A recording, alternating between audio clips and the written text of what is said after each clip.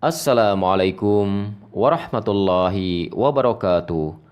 Ma'asyiral muslimin, sahabat Pijar Studio yang dirahmati Allah Subhanahu wa taala. Pada kesempatan kali ini kita akan membahas tentang kisah turunnya syariat tayamum dan cara tayamum yang mudah dan benar. Pada tahun kelima Hijriah, Rasulullah Shallallahu Alaihi Wasallam dan para sahabat baru kembali dari perang Bani Mustalik. Perang Bani Mustalik adalah perang antara kaum muslimin melawan suku Bani Mustalik yang merupakan bagian dari kabilah Huja'ah.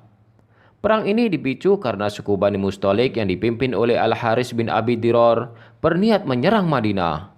Sebelum penyerangan itu dimulai, Rasulullah Shallallahu Alaihi Wasallam sudah lebih dulu mendapat kabar rencana penyerangan tersebut. Sehingga beliau Shallallahu Alaihi Wasallam mengirim sahabat Buraidah bin Hasib untuk memastikan kebenaran kabar tersebut. Dan ternyata kabar tersebut benar. Maka Rasulullah Shallallahu Alaihi Wasallam bergegas memimpin pasukan untuk menyerang suku Bani Mustalik sebelum mereka menyerang Madinah. Rasulullah Shallallahu Alaihi Wasallam berangkat dengan 700 pasukan, termasuk 30 pasukan berkuda. Pertempuran berlangsung singkat dan dimenangkan oleh kaum muslimin. Setelah kemenangan kaum muslimin atas suku Bani Mustalik, Nabi Shallallahu Alaihi Wasallam dan para sahabat kembali ke Madinah, melintasi padang pasir yang luas tanpa sumber mata air. Saat itu Rasulullah Shallallahu Alaihi Wasallam bersama Aisyah radhiyallahu anha. Aisyah menunggang unta di dalam haudaj, semacam tandu tertutup di atas punggung unta. Di tengah perjalanan, Aisyah menyadari bahwa kalungnya hilang. Dengan rasa kehilangan, beliau lalu menghabarkan kepada Rasulullah Shallallahu Alaihi Wasallam. Rasulullah Shallallahu Alaihi Wasallam pun menghentikan rombongan dan para sahabat diminta mencari kalung itu. Waktu terus berjalan hingga waktu sholat subuh hampir tiba.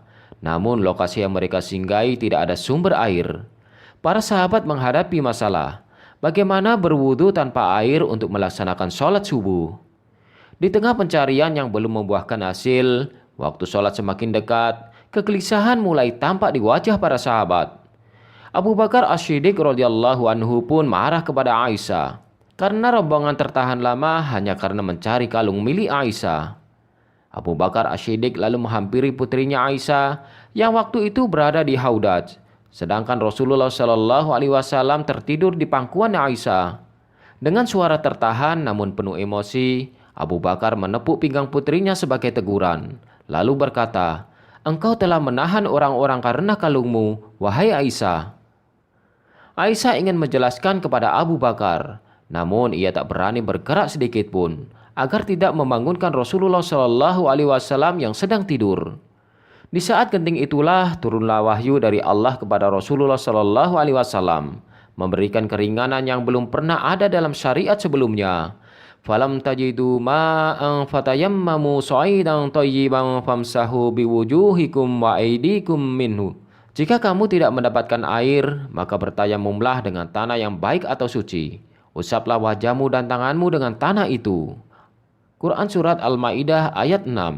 Sejak ayat ini turun, tayamum menjadi pengganti wudhu atau mandi junub ketika air tidak ada atau tidak bisa digunakan. Para sahabat menyambut ayat ini dengan sukacita. Usaid bin Hudayr radhiyallahu anhu berkata kepada Aisyah, "Semoga Allah memberi balasan kebaikan kepadamu. Tidaklah terjadi sesuatu padamu melainkan Allah menjadikan padanya kebaikan untuk umat Islam." Setelah masalah bersuci selesai dan sholat telah ditegakkan, unta Aisyah digerakkan. Tiba-tiba kalung itu terlihat tersangkut di bagian bawah pelana unta. Kalung yang hilang itu kini telah ditemukan. Seolah Allah sengaja menunda perjalanan Nabi Shallallahu Alaihi Wasallam dan para sahabat demi turunnya ayat ini. Ma'asyiral muslimin, sahabat Pijar Studio yang dirahmati Allah Subhanahu wa taala. Sekarang bagaimana cara tayamum yang benar dan mudah? Perlu diingat bahwa salah satu syarat tayamum adalah harus menggunakan debu atau permukaan tanah yang suci atau thayyib. Yang pertama adalah niat. Niat dalam hati. Niat tayamum untuk membolehkan sholat, bukan untuk mengangkat atau menghilangkan hadas. Yang kedua adalah membaca bismillah, kemudian menepukkan dua telapak tangan satu kali di atas permukaan tanah atau debu yang suci. Kemudian meniupnya untuk menghilangkan kerikil yang menempel di telapak tangan. Kemudian mengusap wajah dengan kedua tangan secara merata. Kemudian mengusap punggung tangan kanan dan kiri sampai pergelangan tangan.